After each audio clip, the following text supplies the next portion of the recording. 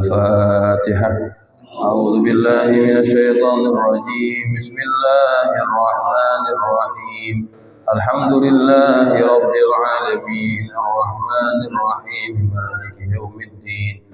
إياك نعبد وإياك نستعين. اهدنا الصراط المستقيم صراط الذين أنعمت عليهم غير المغضوب عليهم ولا الضالين.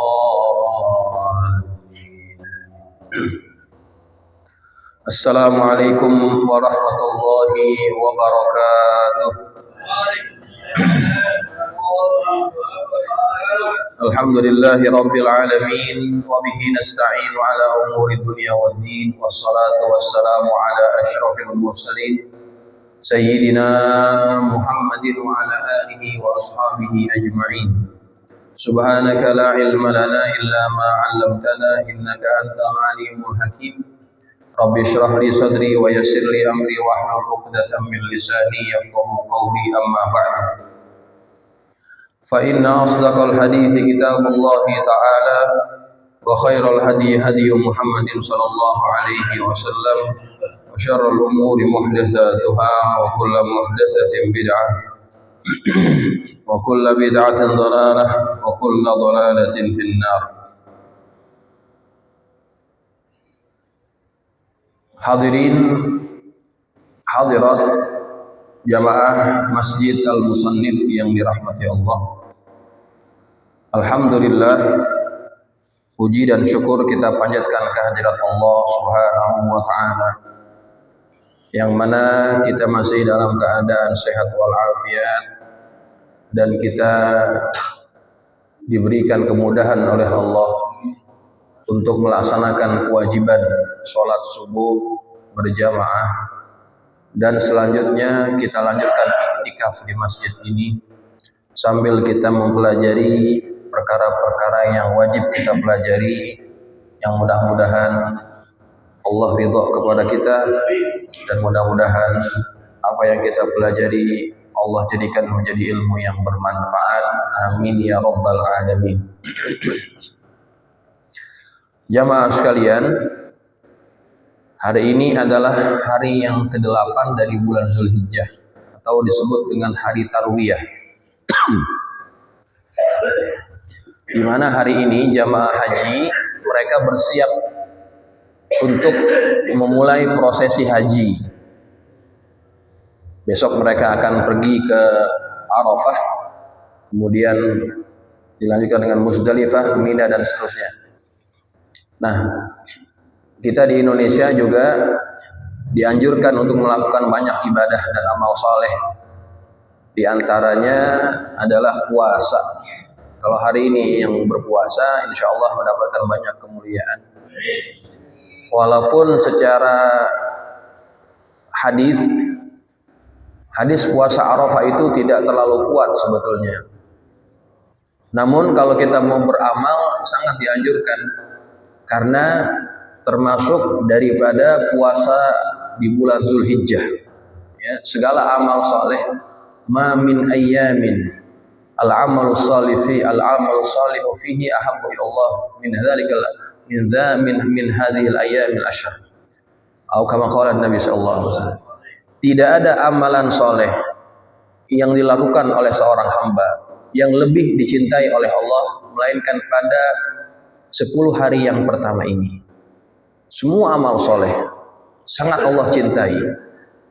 Kata sahabat, walal jihad fi sabilillah ya Rasulullah. Tidak juga jihad ya Rasulullah. Artinya apakah masih lebih unggul amalan soleh yang dilakukan di 10 hari pertama di bulan Zulhijjah ini mengalahkan jihad? Begitu kira-kira. Walal jihad fi sabilillah. Tidak juga jihad, kecuali dia keluar dari rumahnya untuk berjihad dengan harta dan jiwanya, dan dia tidak pulang dengan semua itu. Artinya dia mati syahid, baru bisa menandingi amalan orang yang beramal pada 10 hari bulan Zulhijjah. Makanya sangat dianjurkan untuk beramal soleh, dan puasa termasuk amal soleh yang paling dicintai Allah. Apalagi juga hari ini adalah hari Senin, ya. Jadi berlipat-lipat pahalanya. Sedangkan besok adalah hari Arafah, di mana kaum muslimin yang ada di tanah suci mereka mengadakan wukuf. Kita dianjurkan yang tidak berhaji untuk melaksanakan puasa hari Arafah. Ganjarannya apa? Ganjarannya adalah yukafirus sanatain, menggugurkan dosa 2 tahun. Sanah al-madiyah, yang tahun lalu itu diampunkan oleh Allah Subhanahu wa taala, dan yang tahun ke depan, artinya tahun yang berjalan ini, Allah ampuni dosa-dosa kita. 2 tahun, Pak, Bu. Kalau kita puasa 1 hari besok ya, hari Arafah, 2 tahun Allah ampuni dosa-dosa kita.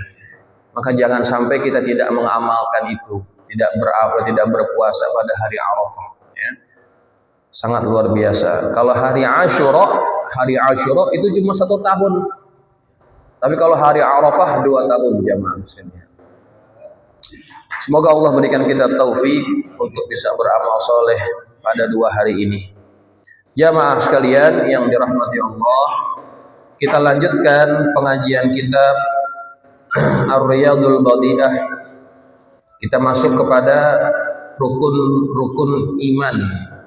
Minggu lalu kita bahas sedikit, kita akan sempurnakan insyaallah. Bismillahirrahmanirrahim. Qala al-musannif rahimahullahu ta'ala wa ghafara lahu wa liwalidayhi wa limasyayikhihi wa nafa'ana bihi wa bi'ulumihi wa bikum fid dharain amin. Radhiyallahu ankum. Qala radhiyallahu anhu. Wa arkanul imani sittatun, an tu'mina billahi wa malaikatihi wa kutubihi wa rusulihi wal yaumil akhiri wa bil qadari khairihi wa syarrih. Rukun iman ada 6. Yang pertama beriman kepada Allah, yang kedua beriman dengan para malaikat Allah, yang ketiga beriman dengan kitab-kitabnya, yang keempat beriman kepada rasul-rasulnya atau utusan-utusannya, yang kelima beriman kepada hari kiamat atau hari akhirat, yang keenam adalah beriman dengan takdir yang baik dan yang buruk, semuanya berasal daripada Allah Subhanahu wa ta'ala. Minggu lalu kita sudah bahas rukun iman yang pertama, yaitu an tu'mina billah, beriman kepada Allah. Sebelum kita lanjutkan, saya ingin menjelaskan sedikit apa yang mesti dimiliki oleh orang yang ingin dianggap beriman. Kata para ulama, al-imanu fatadammanu umuran thalathah. Iman itu harus memenuhi 3 kategori atau 3 kriteria. Yang pertama, al-iqraru bil qalbi, meyakini dalam hati. Yang kedua, wan nutqu bil lisani, mengucapkan dengan lisan.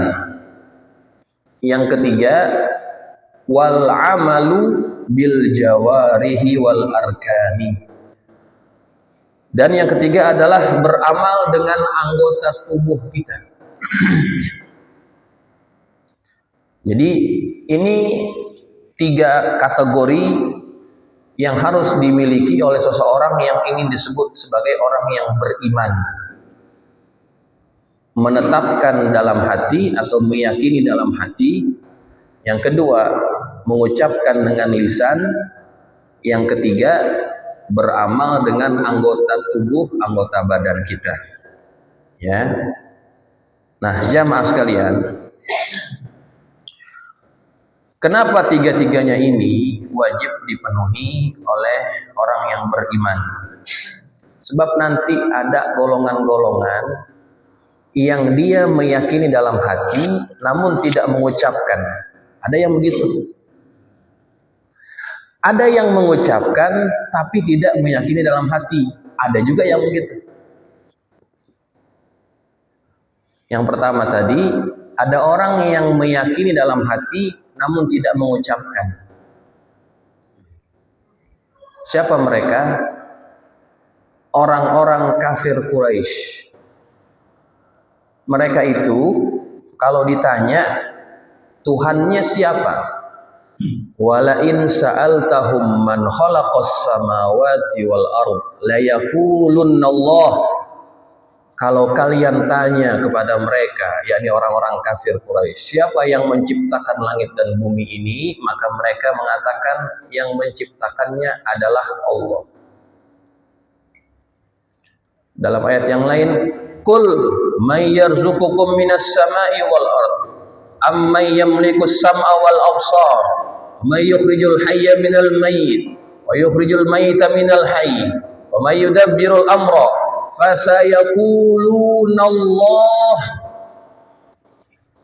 Katakanlah kepada mereka, siapa yang memberikan rizki kepada kalian dari langit dan bumi, yang menguasai pendengaran dan penglihatan, yang menghidupkan yang hidup dari yang mati, mengeluarkan yang hidup dari yang mati, mengeluarkan dari mati dari yang hidup, dan siapa yang mengatur semua urusan, fasayaquluna Allah.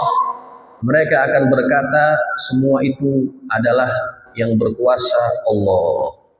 Tuh jamaah sekalian, mereka mengakui dalam hatinya, bahkan mereka juga menyebutkan itu, tetapi jamaah sekalian, ada yang tidak mau diyakininya. Yaitu apa? Mengakui Nabi Shallallahu Alaihi Wasallam itu sebagai utusan Allah. Ya. Dia tidak mau an-nutqu bisyahadataini. Mereka tidak mau mengucapkan dua kalimat syahadat, walaupun secara keyakinan mereka percaya bahwa Tuhannya itu adalah Allah. Cuma dalam keyakinan mereka, Allah itu punya sekutu. Siapa sekutu-sekutu Allah? Sekutu-sekutu Allah itu para berhala, ya, yang mereka sembah. Kata mereka ketika ditanya, kenapa kalian menyembah berhala-berhala ini? Kata mereka, ma na'buduhum illa liyuqarribuna ilallahi zulfa. Kami tidak menyembah mereka semata-mata karena kami ingin mendekatkan diri kepada Allah. Jadi mereka menyembah berhala tujuannya untuk mendekatkan diri kepada Allah. Siapa yang ngajarin? Nggak ada yang ngajarin. Maka itu nggak disebut dengan beriman, walaupun mereka meyakini Allah. Ya, makanya jamaah sekalian, kalau kita perhatikan wahyu-wahyu yang turun di awal-awal itu nggak pernah disebut nama Allah. Contoh, Iqra bismi rabbika. Ayat yang kedua atau surah yang kedua, ya ayyuhal muddatsir qum fa'anzir wa rabbaka. Mana Allahnya? Nggak ada. Sampai kemudian mereka berkata, Muhammad, kamu sebut Rob. Siapa Robmu? Siapa Tuhanmu? Barulah kemudian Allah turunkan itu menjawab apa yang mereka pertanyakan. Yaitu surah apa? Surah Al-Ikhlas. Qul huwallahu ahad, Allahus samad, lam yalid wa lam yulad wa lam yakul lahu kufuwan ahad. Jadi ayat itu turun untuk membersihkan ketuhanan Allah yang selama ini dinodai oleh keyakinan orang-orang kafir Quraisy bahwa Allah itu punya anak perempuannya itu adalah malaikat. Dan keyakinan-keyakinan orang-orang di luar Islam yang meyakini Allah itu punya anak yang disebut dengan Yesus atau Isa, semua itu dibantah. Allahus samad, Allah tempat meminta, itu membantah keyakinan orang-orang kafir Quraisy.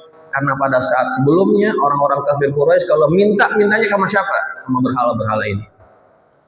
Allahus samad, Allah tempat meminta. Tuh jamaah sekalian.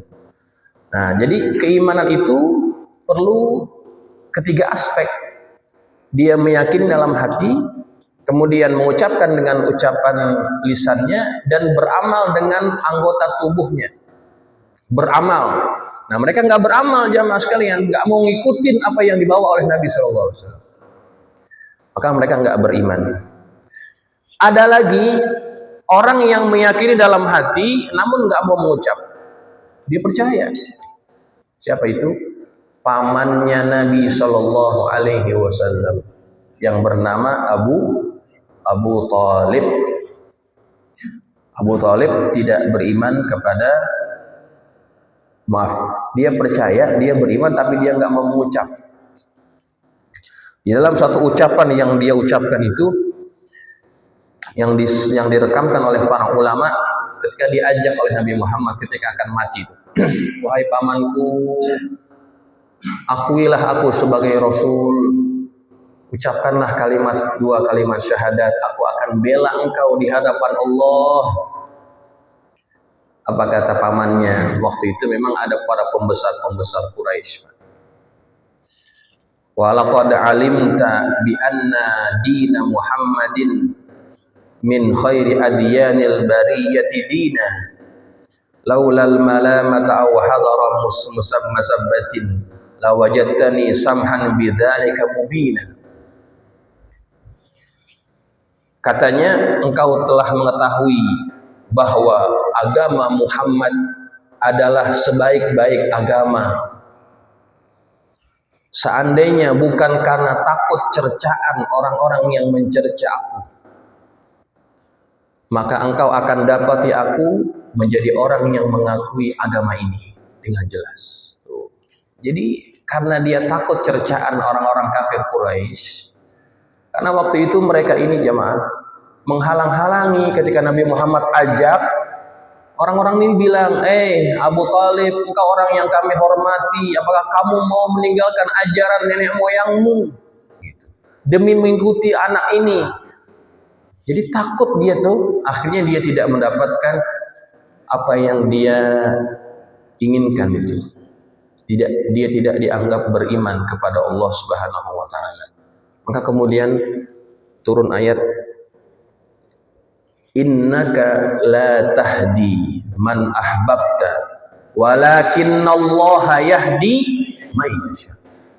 Engkau tidak bisa memberikan hidayah kepada orang yang engkau kehendaki, tapi Allah lah yang memberikan hidayah kepada orang yang dia kehendaki. Itu jamaah sekalian. Jadi Abu Thalib tidak dianggap beriman, sehingga para ulama juga mengatakan lam yakhrujhu minan nar, dia tidak akan dikeluarkan daripada api neraka, li'annahu lam yaqbal bi an yaqula kalimatal iman wa miftahal jannah, karena dia tidak mau mengucapkan kalimat keimanan dan kunci surga, ya, maka dia tidak mendapatkan karunia itu.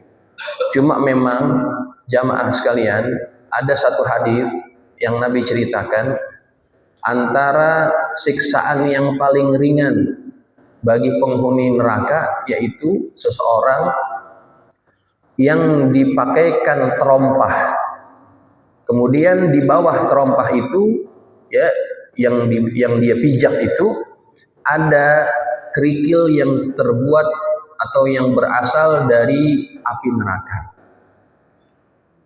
Dipakai kerikil atau sendal yang ada kerikil dari neraka itu jamaah, mendidih otaknya. Ketika dia pakai, mendidih otaknya, saking panasnya Pak. Dan dia merasa itu siksaan yang paling berat, padahal kata Allah itu adalah siksaan yang paling ringan. Dan kata para ulama hadis, siksaan itu untuk pamannya Nabi Muhammad SAW, siksaan yang paling ringan. Kata Nabi, kalau bukan karena aku, maka pasti pamanku akan berada di neraka yang lebih dalam lagi. Tapi karena Nabi juga melihat bagaimana perjuangan dia untuk membela Nabi Muhammad, menghalangi orang-orang yang ingin mengganggu Nabi Muhammad, Allah anggap itu sebagai suatu kebaikan juga. Tetapi tidak bisa keluar daripada neraka jahanam. Itu jamaah sekalian. Ya, ini ada orang yang dia mengakui tapi nggak mau mengucap. Oke.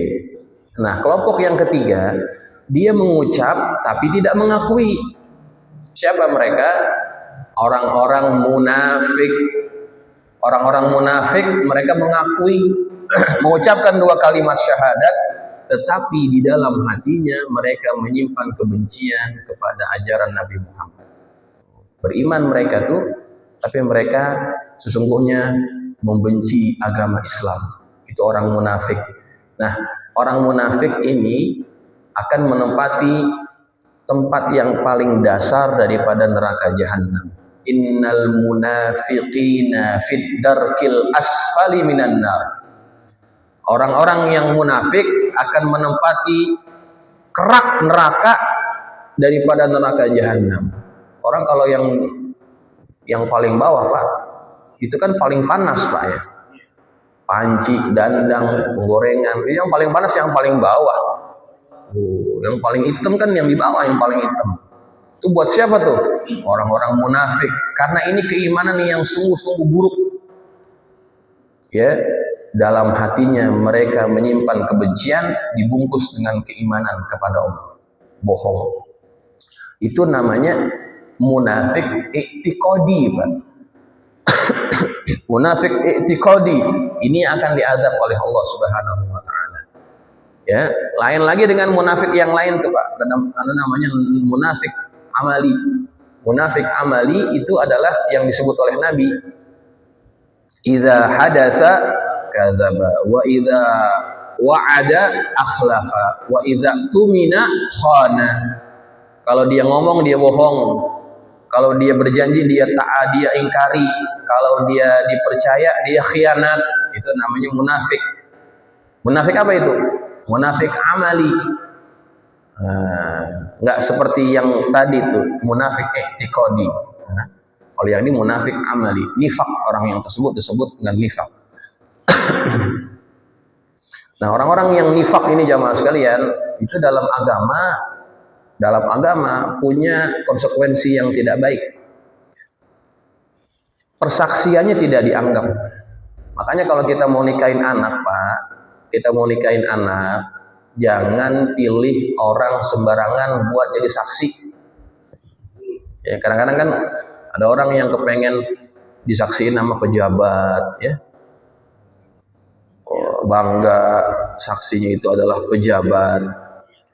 Padahal dia mungkin termasuk orang yang munafik dalam segi amalan gitu ya. Sering bohong, sering janji dusta, sering tidak amanah gitu, dijadiin saksi. Jadi tidak baik perkawinannya. Orang-orang dulu tuh, orang-orang tua kita dulu kalau nikah yang jadi saksi siapa? Kiai, Pak. Tuh, ustadz, kiai, guru-guru yang dianggap soleh disuruh jadi saksi. Kenapa? Karena ingin pernikahan itu sempurna. Kenapa? Karena memang orang yang punya sifat nifak ini punya konsekuensi dalam beberapa perkara dalam urusan muamalah gitu. Persaksiannya itu diragukan, bahkan bisa dianggap tidak diakui. Oke? Nah, jamaah sekalian, itu 3 kategori yang harus dimiliki oleh orang yang beriman. Dia meyakini dengan hatinya, mengucapkan dengan lisannya, dan beramal dengan anggota tubuhnya. Ya, barulah dia disebut dengan orang yang beriman. Kemudian jamaah sekalian, jadi kemarin kita sudah bahas antu'mina billah, beriman kepada Allah. Beriman dengan apa saja yang Allah perintahkan, yang Allah turunkan dalam Quran, dia beriman. Dalam artian tadi itu ya, dengan hatinya, dengan ucapannya dia ucapkan, dan amalannya dia ngikutin. Nah, itu namanya iman. Wa malaikatihi, dan beriman dengan para malaikatnya Allah. Malaikat Allah itu ada banyak yang wajib kita imani. Yang wajib kita imani ada 10. Ya, yang kita imani ada 10. Jibril, Mikail, Israfil, Israel, Munkar, Nakir, Raqib, Atid, Malik, Ridwan. Ada lagi malaikat hafazah. Tapi yang wajib itu 5-10 itu. Ya, semuanya malaikat ini punya tugas masing-masing. Pemimpin para malaikat adalah Jibril atau Jibril. Jibril. Kalau bahasa Inggrisnya adalah Gabriel. Gitu. Ya, jadi jamaah sekalian, Jibril ini adalah pemimpin para malaikat. Dan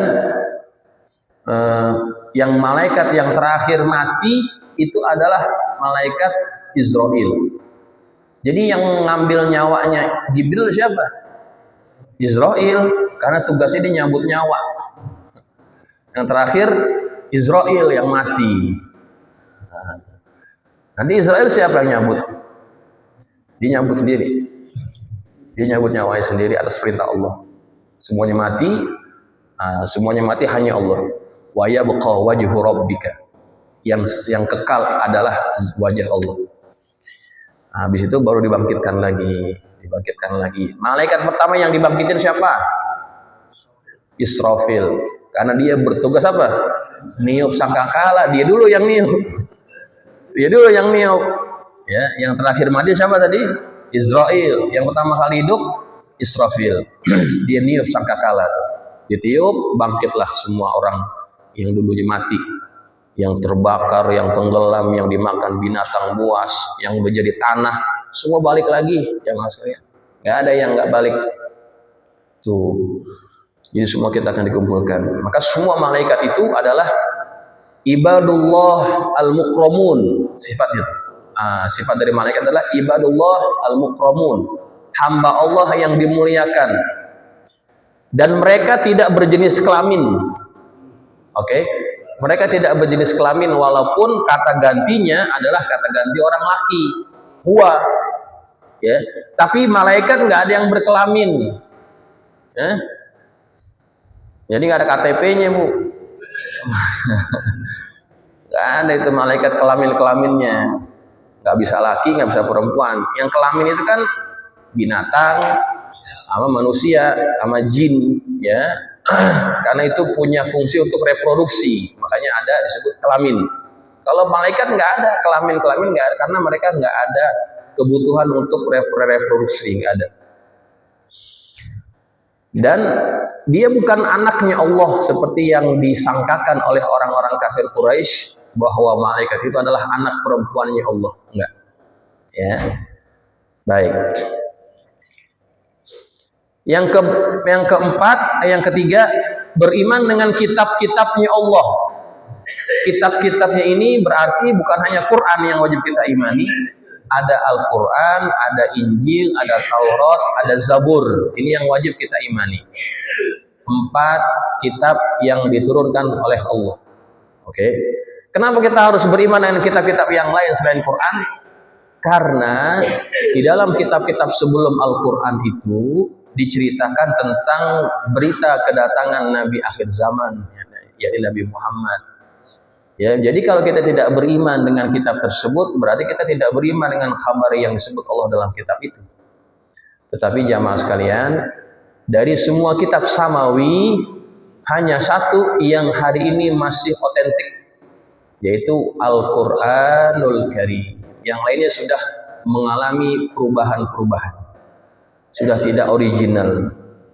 Ya, Injil ada sekarang memang, Taurat ada, Zabur sudah tidak ada. Ya, adapun yang sekarang Injil dan Taurat itu sudah banyak tahrif, ya, perubahan-perubahan. Kenapa? Karena Injil itu baru dikodifikasi, baru dibukukan setelah 200 tahun kewafatannya Nabi Isa. Kan udah lama. Jadi kemudian banyak perubahan-perubahan. Dan apa yang diyakini oleh orang-orang Kristen hari ini sebagai dogma gereja itu tidak pernah disebut dalam Injil. Di antaranya apa? Bahwa Tuhan itu 3 dalam 1, Trinitas. Itu dogma gereja, bukan ajaran Injil. Tidak ada disebut di situ. Dan tidak ada pengakuan bahwa aku adalah Tuhan, yaitu dengan pengakuan Yesus, nggak ada tuh dalam Injil.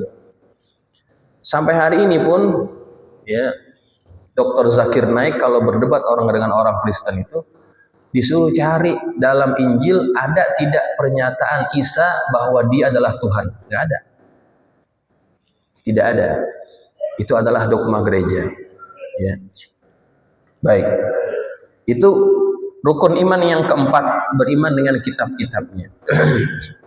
Yang kelima, wa rusulihi. Yang keempat, beriman dengan rasul-rasulnya, utusan-utusannya, nabi dan rasul.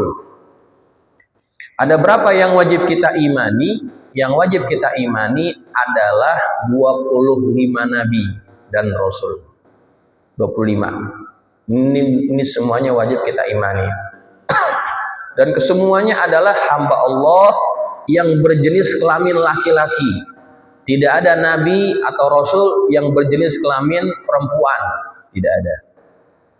Ya, walaupun ada pendapat yang mengatakan ada. Cuma yang mu'tamad rasul itu harus laki-laki. Ya, rasul itu harus laki-laki. Nabi mungkin masih dimungkinkan karena ada pendapat yang mengatakan itu.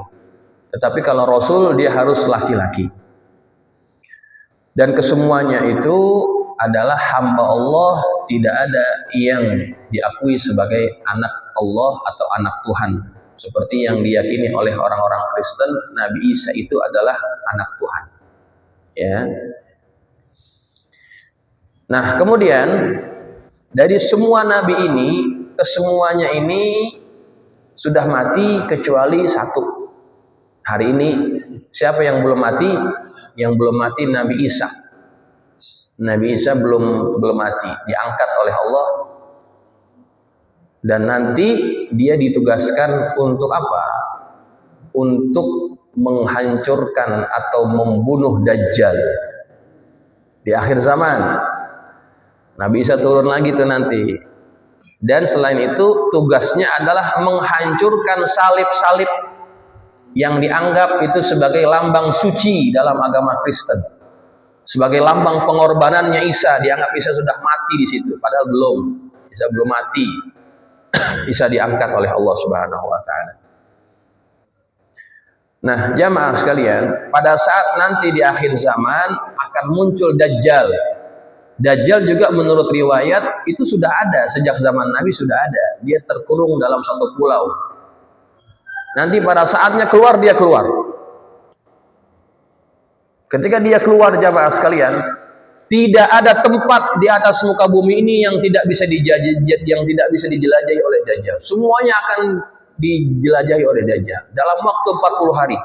40 hari saja. Tapi satu hari pertama seperti setahun. Lamanya tuh. Satu hari pertama seperti setahun. Satu hari kedua seperti sebulan, satu hari ketiga seperti seminggu, dan setelah itu seperti hari biasa. Semua tempat di muka bumi ini bisa dijelajahi oleh Dajjal kecuali dua, Mekah dan Madinah nggak bisa masuk. Dajjal nggak bisa masuk. Kampung ini Manggarai Selatan masuk nggak kira-kira? Apalagi ini Dajjalnya paling demen di sini, tawuran mulu. Nih, masuk dia kemari. Ngapain, Pak?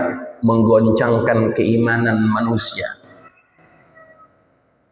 3 tahun sebelum Dajjal itu turun atau muncul, langit akan dikurangi kuantitas air yang turun sebanyak 1/3. 2 tahun sebelum kedatangannya, langit akan dikurangi kuantitas air hujannya sebanyak setengah. Dan tahun di mana dia turun, di mana dia keluar, langit tidak turun hujan sama sekali. Apa yang terjadi pada saat itu, jamaah? Orang kekeringan, kekurangan air. Ya Allah, Pak. Orang kalau nggak punya duit masih bisa hidup. Tapi kalau nggak punya air, susah. Bayangkan keadaan yang sulit itu. Air kan kebutuhan dasar yang sangat penting dalam kehidupan kita. Nah, di antara kehebatan Dajjal ini yang Allah berikan izin untuk dia melakukannya, dia bisa memerintahkan langit untuk turunkan hujan. Tuh, lihat. Pada saat kita dalam keadaan genting, nggak punya air, nggak punya sumber, itu kan sumber minum dan lain sebagainya, dia datang ke sini, datang ke kampung ini, nawarin, mau nggak saya bantuin? Tapi syaratnya ikut saya. Coba itu fitnah Dajjal namanya. Nggak akan ada orang yang bisa selamat melainkan mereka yang diselamatkan oleh Allah SWT. Kacau, Pak, waktu itu, Pak. Maka kata Nabi, ketika nanti kalian bertemu dengan Dajjal, ikat istri dan anak-anak perempuan kalian di tiang-tiang rumah kalian. Disuruh diikat bini kita. Siapa? Anak perempuan kita disuruh diikat. Kenapa? Karena yang paling gampang terbujuk dan tergoda oleh fitnah Dajjal, mohon maaf, kaum wanita. Mereka kurang sabar dalam menghadapi keadaan itu. Ya, maka disuruh ikat anak perempuan kalian, istri kalian, ikat di tiang-tiang di rumah kalian. Karena kalau ketemu dengan Dajjal, kalau kita nggak kuat-kuat iman, nggak bisa. Tuh, Masya Allah. Dia akan mengatakan yang baik itu sesungguhnya adalah buruk, yang buruk itu sesungguhnya benar. Tuh. Kanannya seolah-olah surga, padahal neraka. Kirinya seolah-olah neraka, padahal surga. Begitu kira-kira jemaah sekalian. Balik. Maka dari itu, yang bisa diselamatkan oleh Allah adalah mereka yang dapat penyelamatan dari Allah.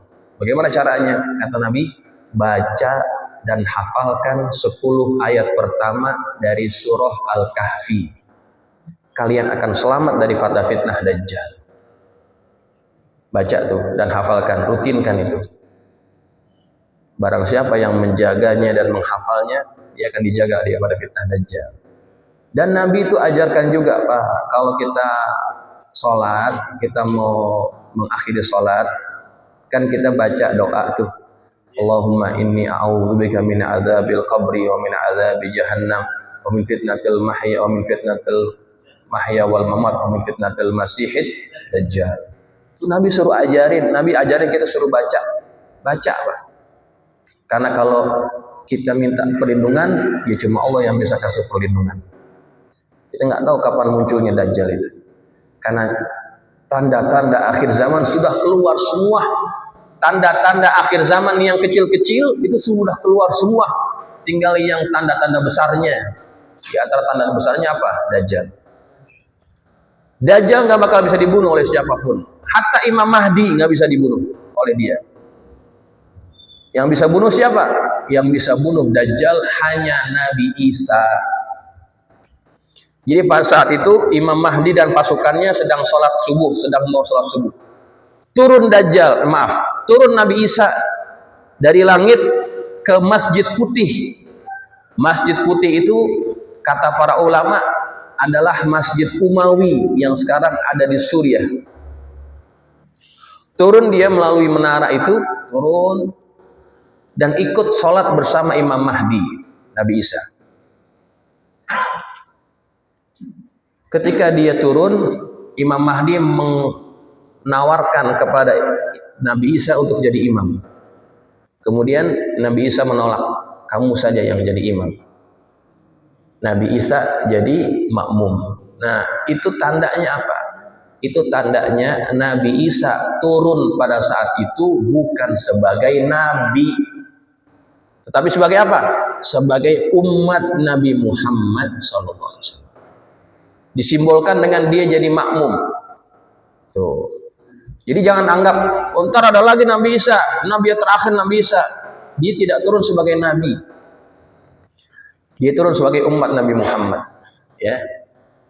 Kemudian jamaah sekalian, dia akan memerangi Dajjal. Dikejar Dajjal itu sampai ke mana? Sampai ke Babulut, pintu Lut yang ada di Baitul Maqdis. Di situ Dajjal gemeteran. Melihat Nabi Isa seperti binatang yang yang takut garam digaremin tuh begitu. Kayak bekicot dikasih garam gimana sih? Ciut dia. Lintah dikasih garam, ciut. Lele dikasih garam, ciut tuh. Ketika Nabi Isa muncul di hadapan Dajjal, Dajjal ketakutan. Dibunuhlah Dajjal pada saat itu. Itu jamaah sekalian. Ya. Nah, itu tentang Nabi dan Rasul. Bagaimana dengan Nabi dan Rasul.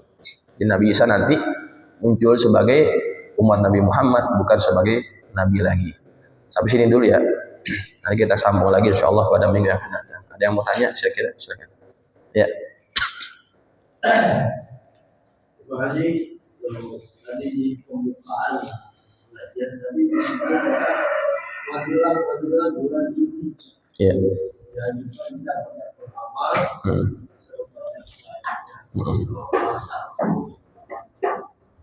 Kemudian juga di dalam haji ada istilah yang besar, haji dan kurban. Nah, ini penyelenggaraan kegiatan penyembelihan hewan kurban satu batasan-batasan yang harus dilaksanakan oleh panitia apa saja dan pengurban apa saja yang kewajiban dan harus dilakukan oleh pengurban untuk penyembelihan. Dan panitia pelaksanaannya, panitia melaksanakan adakah batasan-batasan yang boleh dan yang tidak boleh dilakukan oleh panitia. Itu dia. Baik. Ibadah kurban itu sesungguhnya ibadah individu ya. Ibadah kurban adalah ibadah individu, ibadah pribadi. Maka karena dia ibadah individu, semua kewajiban yang berkaitan dengan penyembelihan hewan kurban itu harus dibebankan kepada individu. Ya, misalnya apa? Ya biaya pemotongan, biaya pemeliharaan dan lain sebagainya itu tanggung jawab si pengkurban. Karena dia adalah ibadah individu. Di zaman Nabi, kurban itu tidak dikoordinir, Pak. Masing-masing orang, ya masing-masing motong di rumahnya, masing-masing motong. Kalau di Kelantan itu masih banyak seperti itu. Di Kelantan Malaysia itu masih banyak orang yang korban masing-masing di rumahnya. Tapi di kita jarang. Nah di Indonesia dengan tradisi yang sedikit berbeda, dengan kondisi masyarakat yang sudah segitu padat, maka kalau korban masing-masing agak repot. Kemudian di kita ini punya tradisi yaitu korban dikoordinir. Oleh siapa? Oleh masjid, oleh musola, oleh majelis ta'lim atau kumpulan-kumpulan lain lah. Dikoordinir. Oke. Apakah dengan dikoordinir oleh masjid, tanggung jawab untuk pemeliharaan penyembelihan itu kemudian dibebankan ke masjid? Enggak. Dia tetap menjadi kewajiban pribadi. Masjid hanya membantu dalam prosesnya, dalam pendistribusiannya. Itu masjid punya peranan di situ. Artinya, semua biaya-biaya yang terkait dengan kurban jangan dibebankan kepada masjid. Ya, nggak boleh. Jangan dibebankan kepada masjid, harus individu. Makanya kalau panitia itu harus dihitung benar-benar. Misalkan kita urunan sapi, jangan nanti uang hasil urunannya dibikin beliin sapi semua. Harus disisain buat apa? Buat pemotongan dan pemeliharaan itu. Misalnya nih, urunan 4 juta, Pak. Kalau kali 7 kan berarti kan 28. Jangan nyari yang 28. Habis ntar. Maka di akad awal dibilangin ini sudah termasuk biaya potong ya Bu. Ya Pak, 4 juta buat semuanya all in. Nah, paham lah mereka tuh. Nanti carilah yang harganya kira-kira 26, 27 kira-kira. Yang kira-kira cocok atau cukup untuk biaya pemeliharaan dan pemotongannya. Jangan sampai tekor masjid. Ntar pakai uang kas, jangan boleh itu. Karena ibadah kurban itu ibadah individu. Ya, ibadah individu bukan ibadah kelompok. Walaupun pelaksanaannya itu bisa beramai-ramai. Cuma di ibadah individu dan kita wajib untuk mengawakan semuanya. Oke, makanya jangan sampai salah kaprah dan harus matang dalam perhitungannya. Ya, termasuk biaya-biaya untuk beli plastik dan lain sebagainya itu sebetulnya bukan kewajiban masjid, itu kewajiban pengkurban. Jadi yang pengkurban juga biar paham juga, jangan ngasih kambing aja, nggak dikasih duit potongnya, ya tekor masjid. Jadi biar paham gitu ya. Lu pakai minta lagi kan gue udah kasih kambing. Enggak, itu nggak boleh. Itu kewajiban kita. Daripada kita motong sendiri Pak repot. Ya enggak? Motong sendiri repot, bayar orang berapa itu untuk motongin? Nggak mungkin 100.000. Kalau kita kasih ke masjid paling kita kasih uang potong 100.000, 150 kan gitu buat kambing ya. Nah, lebih gampang, lebih murah sebetulnya. Nah, jadi biar paham juga yang korban itu dia harus menyerahkan uang potong. atau uang pemeliharaan. Ya, itu kewajibannya tuh. Jadi jangan sembarangan kita pakai uang masjid untuk hal-hal yang tidak berkaitan dengan ibadah masjid ini. Ya, walaupun tempatnya di masjid memang atau di luar masjid ya. Itu, saya kira itu. Ya, ya. Kejadian sih. Oke. Ada orang yang sapi, aku ngasih biaya pemotongan. Oh gitu. Terus akhirnya karena nggak enak, jemaah aja yang urunan. Oh, urunan jamaah. Biaya operasional. Oh, nalangin kita nombokin lah jamaah. Kalau pakai uang jamaah, uang pribadi ya.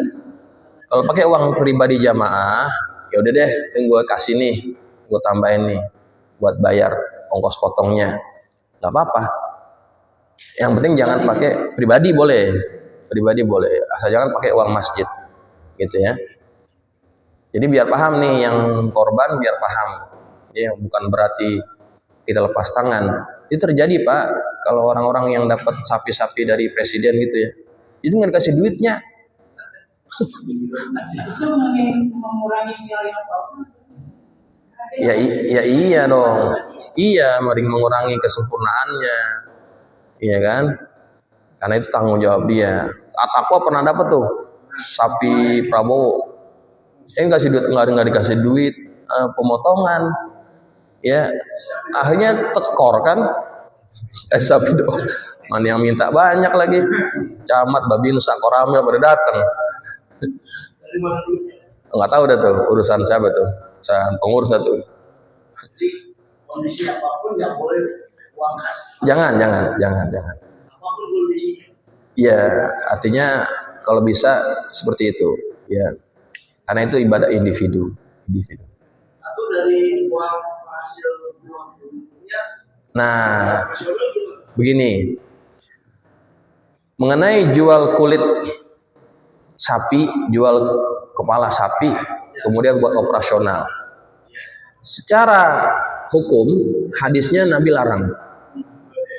Tidak boleh pengkurban menjual kulit dan kepalanya, atau kulit lah biasanya, kulitnya dijual.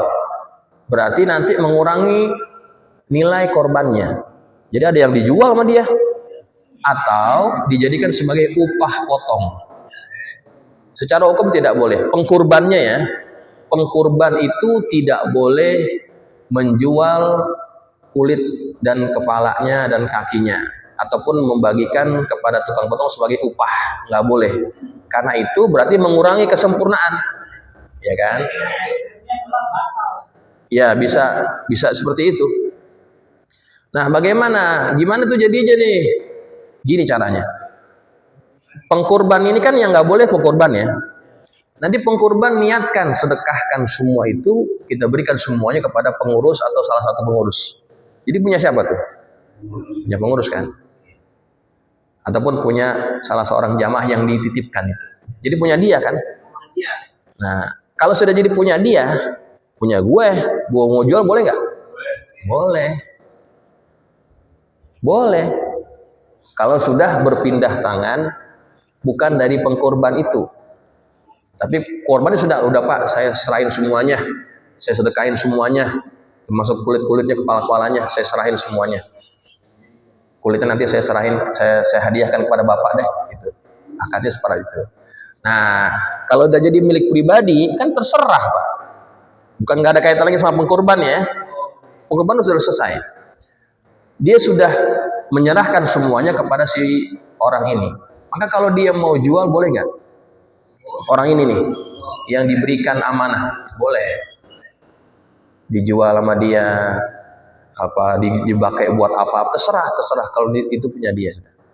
Nah, itu bisa menjadi solusi untuk menutupi biaya operasional. Jadi bukan pengkorbannya yang menjual, ataupun bukan pengkorban yang menjadikan itu sebagai ongkos potong, enggak. Tapi dihadiahkan dulu kepada pengurus atau salah seorang pengurus, gitu, ya. Iya, pengkorbannya sudah serahkan semuanya. Ya, serahkan semuanya. Iya, artinya harus ada omongan. Mungkin ada pengkorban yang nggak paham, ya. Pak ini kulitnya bagaimana, kepalanya bagaimana? Sudah Pak, saya serahkan semuanya gitu. Tapi yang paling bagus memang, yang paling bagus selain dia kasih kambing atau sapi, dia kasih duitnya juga. Ya, dia kasih duitnya juga. Nanti kalau misalkan nanti kulitnya mau dijual lagi itu sebagai biaya tambahan yang lain-lain. Ya. Jadi intinya jangan pakai duit masjid buat korban. Jangan pakai duit masjid buat korban. Karena itu tidak ada kaitan. Ya, itu ibadah individu. Oke? Ya, Pak Haji. Itu dari kas, fasilitas yang lain. Fasilitas. Air, Ya. itu apa boleh digunakan? Tidak boleh. Secara hukum tidak boleh sebetulnya. Tapi memang dalam hal ini ada pendapat yang agak kuat, agak ketat, dan ada pendapat yang agak ringan sedikit. Pendapat yang agak keras, agak strict gitu ya, nggak boleh. Karena itu ibadah individu. Ibadah individu. Maka bagaimana solusinya? Maka bisa digunakan sebagai nanti itu uang gantinya. Misalkan dia pakai air nih, artinya dia beli air di masjid, nyewa air di masjid gitu ya, nanti diganti oleh orang ini. Ya, diambil dari uang yang itunya tuh, uang operasional itu dikasih ke masjid karena pakai fasilitas masjid. Gitu solusinya. Jadi dia pakai dengan membayar gitu. Ya, itu yang saya tahu seperti itu. Jadi jangan apa ya, jangan agak-agak mudah gitu ya. Jangan agak-agak mudah. Karena fasilitas masjid. Ya, cukup? Ya. Jawab ya, sama ya. Oke, mudah-mudahan bermanfaat dan mudah-mudahan lebih sempurna ibadah kurban kita tahun ini. Al-Fatihah. A'udzubillahi minasyaitonir rajim. Ya kan.